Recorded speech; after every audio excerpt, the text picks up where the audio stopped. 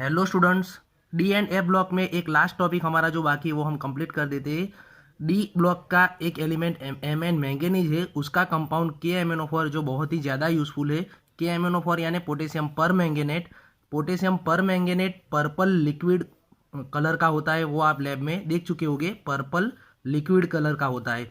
सबसे पहले तो उसमें अनपेयर इलेक्ट्रॉन नहीं है, फिर भी ये कलर दिखता है, कलरफुल सॉल्यूशन है। तो ये क्यों होता है? उसके अंदर कोई अनपेयर इलेक्ट्रॉन नहीं है, फिर भी वो कलर दिखाता है। तो इसका रीज़न ये है कि के एम एन ओ फोर में जो मैंगनीज होता है, मैंगनीज की ऑक्सीडेशन स्टेट हमको मालूम है +7 होगी, क्योंकि के का +1, एक ऑक्सीजन का -2, तो 4 ऑक्सीजन का 4 2 ज़ा 8 -8 +1 यानी कि मैंगनीज की +7 होगी।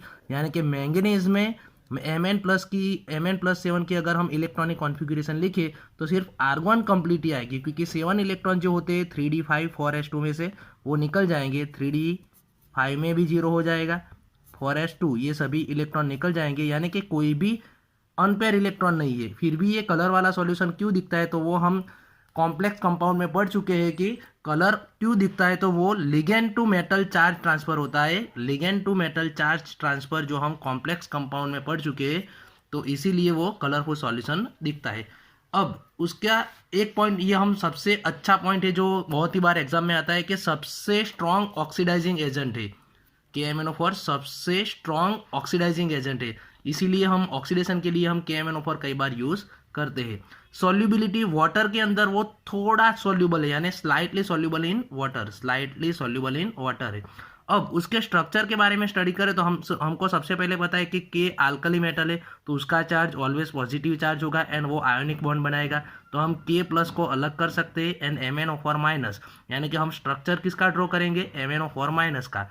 अब M N O four minus का स्ट्रक्चर ड्रॉ करना है तो एम एन के पास कितने ऑक्सीजन, 4 ऑक्सीजन, उसमें से 3 ऑक्सीजन तो डबल बॉन्ड बना देंगे एंड एक ऑक्सीजन जो -1 चार्ज वाला होगा वो सिंगल बॉन्ड बनाएगा, क्योंकि ये ऑक्सीजन का जो माइनस चार्ज है वो के प्लस के साथ वो यहाँ बैलेंस कर देगा। तो यहाँ M N O four minus का हम स्ट्रक्चर ड्रॉ करें तो एम एन में 3 डबल बॉन्ड वाले ऑक्सीजन हो गए, एम एन में 3 डबल बॉन्ड वाले ऑक्सीजन एंड एक ऑक्सीजन माइनस चार्ज वाला होगा। अब हमको पता है कि ये स्ट्रक्चर जो है वो रेजोनेंस स्ट्रक्चर दिखाएगा एंड दूसरे 3 रेजोनेंस, यानी कि टोटल 4 रेजोनेंस स्ट्रक्चर मिलेंगे। ये ऑक्सीजन यहाँ ऐसा तो नहीं है कि यही ऑक्सीजन हो सकता है, यही ऑक्सीजन भी नेगेटिव चार्ज वाला हो सकता है, ये भी हो सकता है, ये भी हो सकता है, यानी कि टोटल हम 4 रेजोनेंस स्ट्रक्चर इसके बना सकते हैं। एक बार ये माइनस वाला लो, ये एक बार ये माइनस वाला लो, तो हम 4 रेजोनेंस स्ट्रक्चर बना सकते हैं। रेजोनेंस स्ट्रक्चर के कारण उसका जो बॉन्ड एंगल है वो रेगुलर बॉन्ड एंगल जैसा ही रहेगा, 109.28 डिग्री रेगुलर होता है टेट्राहेड्रल में, हमको मालूम है। इसका शेप हमको मालूम है, स्ट्रक्चर है टेट्राहेड्रल, टेट्राहेड्रल स्ट्रक्चर है। तो टेट्राहेड्रल में 109 डिग्री 28 मिनट होता है, तो यहाँ भी 109 डिग्री उसका बॉन्ड एंगल मिलता है ड्यू टू रेजोनेटिंग स्ट्रक्चर के कारण।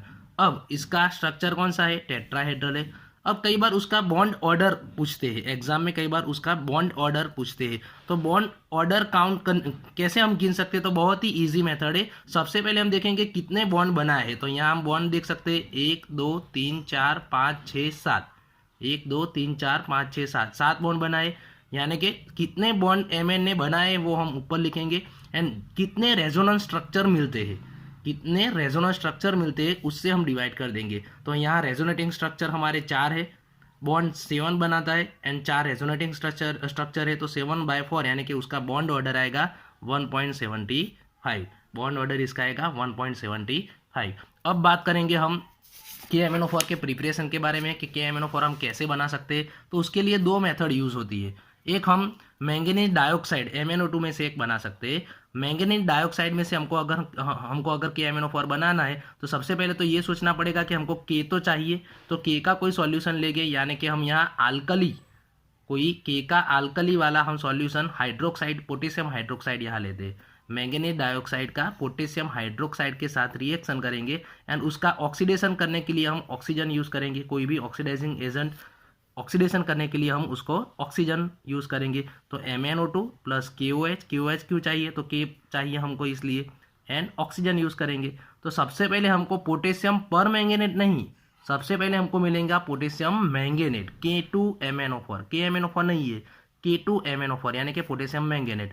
पोटेशियम मैंगनेट में हम मैंगनीज की ऑक्सीडेशन स्टेट फाइंड करेंगे तो +6 आएगी, +6 आएगी एंड उसका कलर चेंज होगा, डार्क ग्रीन कलर का होगा। K2MnO4 का कलर भी कई बार आपको एग्जाम में पूछता है, तो डार्क ग्रीन कलर होगा, डार्क ग्रीन K2MnO4। अब ये K2MnO4 है, उसका डिसप्रपोजिशन होगा, यानी कि उसका स्वयं ही अपने आप का ऑक्सीडेशन एंड रिडक्शन दोनों होगा। ये हम 11th में स्टडी कर चुके।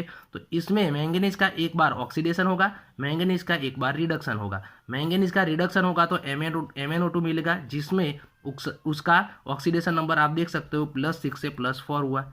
एंड उसका ऑक्सीडेशन होगा तो ऑक्सीडेशन स्टेट बढ़ेगी, +6 में +7 होता है। तो यहाँ हमको KMnO4 मिल जाता है। यहाँ हमको क्या मिल जाता है? KMnO4।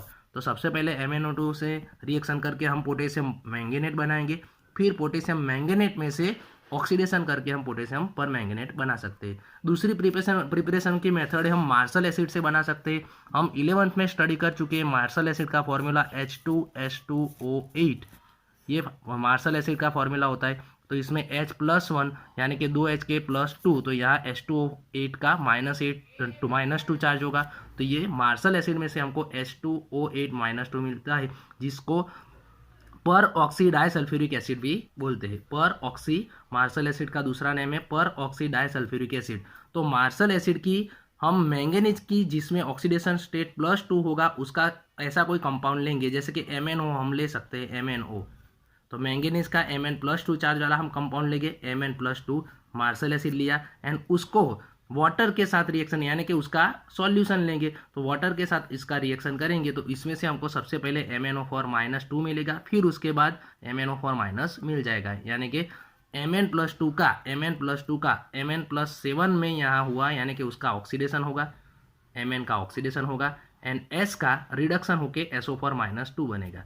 H2O4-2 है, उसका रिडक्शन होके SO4-2 बनेगा, यानी कि एक टाइप की रेडॉक्स रिएक्शन ही है जो हम 11th में स्टडी कर चुके हैं। तो ऐसे हम MnO4- बना सकते हैं। अब KMnO4 कहाँ कहाँ यूज होता है? तो सबसे पहले वो एनालिटिकल केमिस्ट्री में यूज होता है। आपने भी प्रैक्टिकल में देखा होगा, एनालिटिकल केमिस्ट्री में KMnO4 सबसे ज़्यादा यूज होता है। वो यूज होता है एज अ फेवरेट ऑक्सीडेंट, यानी कि हम ऑक्सीडेशन करने के लिए प्रिपरेटिव ऑर्गेनिक केमिस्ट्री में ऑक्सीडेशन करने के लिए सबसे ज़्यादा हम KMnO4 को यूज़ करते हैं। दूसरा, ब्लीचिंग करने के लिए, वूल का हो, कॉटन का हो, सिल्क का हो या कोई भी टेक्सटाइल फाइबर का ब्लीचिंग करने के लिए भी हम यहाँ KMnO4 यूज़ करते हैं। एंड ऑयल का कलर रिमूव करने के लिए, यानी कि डीकलराइजेशन ऑफ ऑयल का कलर दूर करने के लिए भी हम KMnO4 यूज़ करते हैं।